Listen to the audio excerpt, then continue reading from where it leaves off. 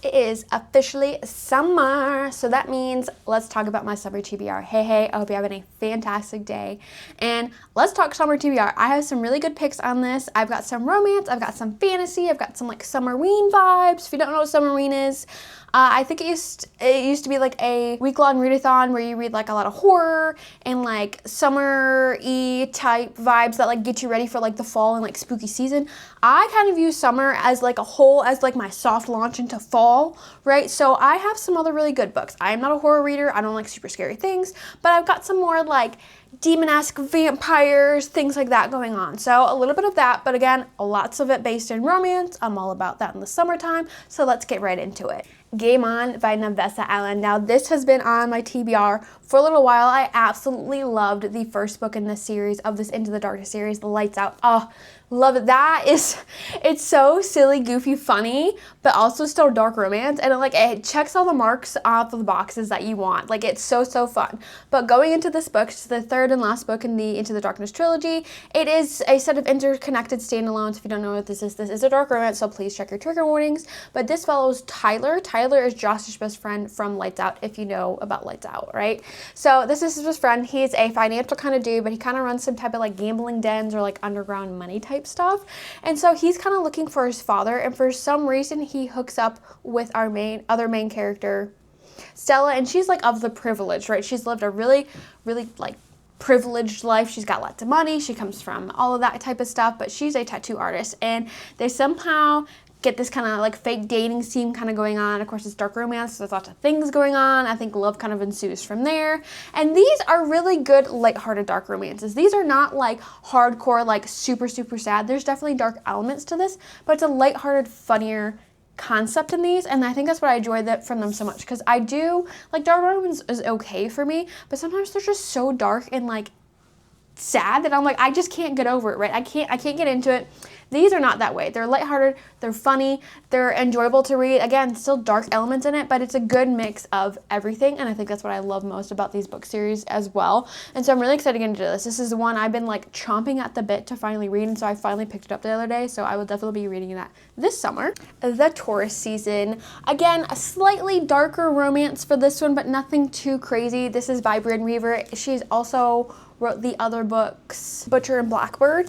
And so I enjoyed the first two books in that series. It's fun, it's lighthearted. Again, it's like a lighthearted dark romance, lots of dark themes. There is a lot of unaliving. If you don't like that, you're not gonna like this book series. But my mom had read this, I think, last year, and she suggested for me to read this. So I'm gonna pick this up this summer, because again, Taurus season, it follows our main character. She lives in this really nice, like picturesque, like touristy town, right? And she hates tourists coming in and like ruining everything.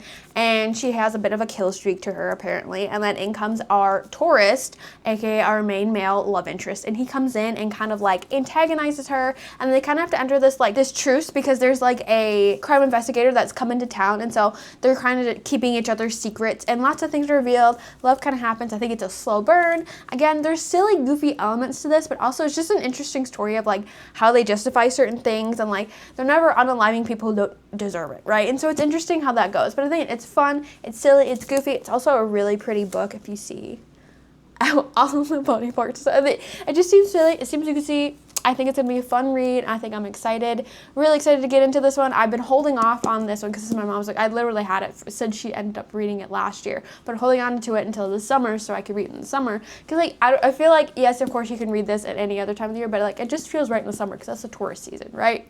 Moving on, The Shrouded Queen. Now, this is one I'm super excited about. This is one of my book of the month picks, and it hasn't arrived yet, so I'm super excited about it, but I definitely want to add this to my summer TBR, because I think in summertime, it's when I start to want to read like a lot of like my mythical retellings, Egyptian things like that. So this is inspired of like Egyptian mythology. It follows our two main characters, a princess and her handmaiden. So there's war coming to like wherever they're at, and they end up getting split up, but the handmaiden kind of takes the queen's place, gets taken prisoner, while the princess ends up running away. And so we're kind of following two storylines. And it's supposed to be really interesting. Again, dipped in Egyptian mythology. The princess is the daughter of Anubis, so there's lots of things that kind of come out about that, and mysteries are revealed. And then our handmaiden, who is kind of like acting as if she is the princess, that she was taken prisoner instead of the princess, she ends up having to go through like all these trials and tribulations to like prove of all her magical abilities, which she most likely doesn't have because she's just the handmaiden, like she's not the princess. So then her life is in jeopardy. So we're kind of following these two different storylines of kind of what's going on and what's happening. I think it's gonna be fun. I think it's gonna be interesting. I think it's intriguing, and I'm just excited to get into this one for sure. Meadow Slinger. Now this is the one I have been intrigued about for a while. It's been on my TBR for a little while. It is going to be a finished duology. I know the last book comes out here, I believe sometime in June, and so that's why I'm excited. I'm finally going to read the Meadow Slinger, which is the first book in the series. I've heard really good things about it, and I knew it ended on a cliffhanger, so that's why I'm like, I waited out until like the second book comes out, so that way I can like kind of binge it, if that makes sense. So Meadow Slinger, it follows our main character, and she was kind of taken away from her family at a young age, and she was like kind of put into a different place and like not allowed her birthright, okay? And so something happens, there's like a coming of age thing that they have to do in the city, and so she ends up going there, doing this thing, and then all of a sudden it kind of goes wrong, and she ends up escaping with the people that are her true people. And from there she kind of just finds out like who she truly is, like what happened with all her birthright. And these are like people of the high sea, right? These are pirates, and it's kind of retelling. I've heard the twists and turns are really good. I've heard the romance is also really good too. It's like got a little bit of kick of a spice into it, and I've heard just really, really fun, interesting things. I've heard the twist at the end you would not see coming, so that's what I'm most excited for in this one. Again, gonna be a finished duology here soon, but I'm super excited to get into this first book. I think it's gonna be fun. I think it's gonna be like dangerous and whimsical and fun. Hot for Slayer by Allie Hazelwood. Now I've heard nothing but good things about this. This is like a short, I think it's like less than 100 pages or like close to that, for sure under 200 pages. Like a little novella by Allie Hazelwood. And again, love-hate relationship with Allie Hazelwood, but this one I think just seems right up my alley. Of course I love vampires, and it just seems fun. The premise of this is our main character is a vampire, other main character is a vampire slayer. It ensues from there. All I know is that it's a really fun time, and it's a quick read, so I thought it was really fun to add to this list. But again, I've heard about it for so long, and I just need to read it, so we're going to read it this summer. The Mysterious Society of Lady Scoundrels. Now, this is one I've been most excited for. I actually started the second book in this series. Again, it's interconnected, so you don't necessarily have to read them in a row, but I started reading the second book, and I was like, no, I really want it, because like there's some character overlaps. I'm like, no, I really want to go back and read the first one. So this is the first one in the series.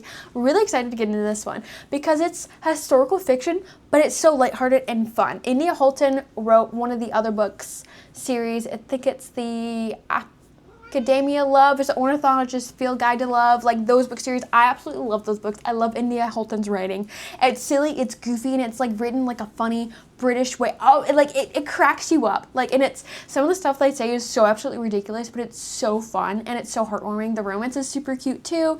So this follows our main character, and she's like a prim Victorian lady, right? Like she drinks tea, but she's also a thief, even though she is in the high society. But something happens to her aunt, and she has to go and save her from all these like scoundrels and pirates and things like that. And it's like her books are such a wild ride, but they're such a fun, silly, goofy ride too. Like this is gonna be fun, even though it's more of a romance and like the fun aspects to it. But it's just an enjoyable read. It's a really good palate cleanser, and it's just gonna be really, really fun and something more lighthearted, which I'm always looking for in the summer. Like I never want anything too deep, too dark, too like immersified, right? Like I am always wanting like that more lighthearted, ready to go stuff like that. And so this is one I'm really looking forward to, and one I am definitely excited to get to. Emperor Shadows. Now this has been on my TBR for a while. I finally got it on my Kindle, and I am super excited for this one.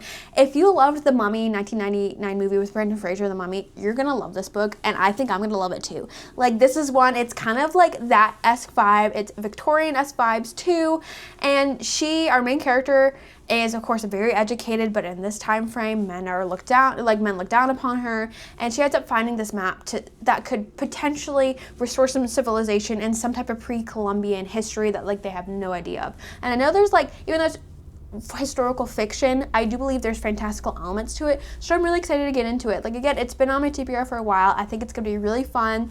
I love like books like this in the summer, because not only is it like a romance, but again, it's got some history and like funny, silly, goofy elements to it, but also like I love The Mummy, the movie, so it's just like I know it's gonna like fulfill me until I can actually watch The Mummy in the fall, because like I can't watch it ahead of time. But like again, it gets you ready for fall and like in the spooky season, so I think this is gonna be really fun.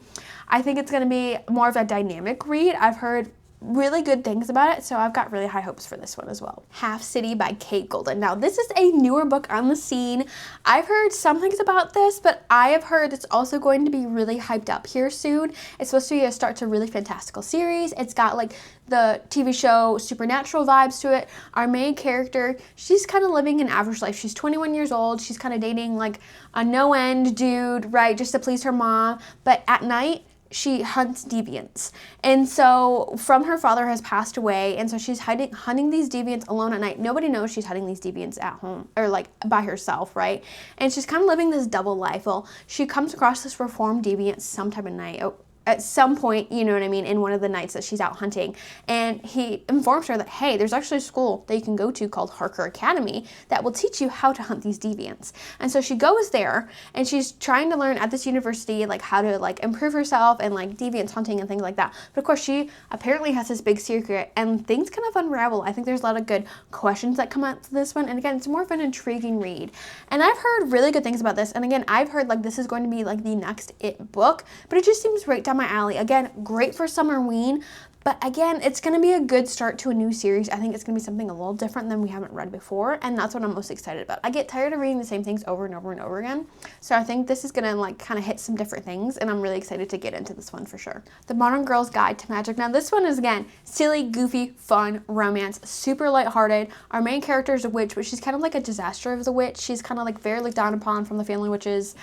It's to some degree, right? She has lots of rules for herself, not to date certain people and like don't get involved with things, but her family's potion shop like is in peril and she needs money to help save it. And so she enters this magical competition in England in order to save it and like win a bunch of money. But again, she's a magical disaster. And of course, then there's just like super suave, our main male character, who I'm assuming is our love interest. Like, he's a super billionaire mega mage, and she like wanted to stay away from him because like their family has beef and things like that. And it kind of just chronicles her trials and tribulations going through this. And I think it's gonna be really fun. I think it's gonna be silly, again, goofy, but a great time. I don't have super high expectations for this book. I don't feel like it's gonna be a 5-star read, but as long as I'm having a silly, goofy, fun time, that's all I want out of this one, and so that's what I'm expecting, and I think that's what I'm gonna get out of this one, so I'm excited for that. Road Trip with a Vampire. Now, this is also one that's been on my TBR for a while. This is the third and interconnected standalone series, and this is super fun. The first book in the series is My Roommate is a Vampire, and then there's My Vampire Plus One. Silly, goofy, fun time, but also real-world elements that I really, really enjoy,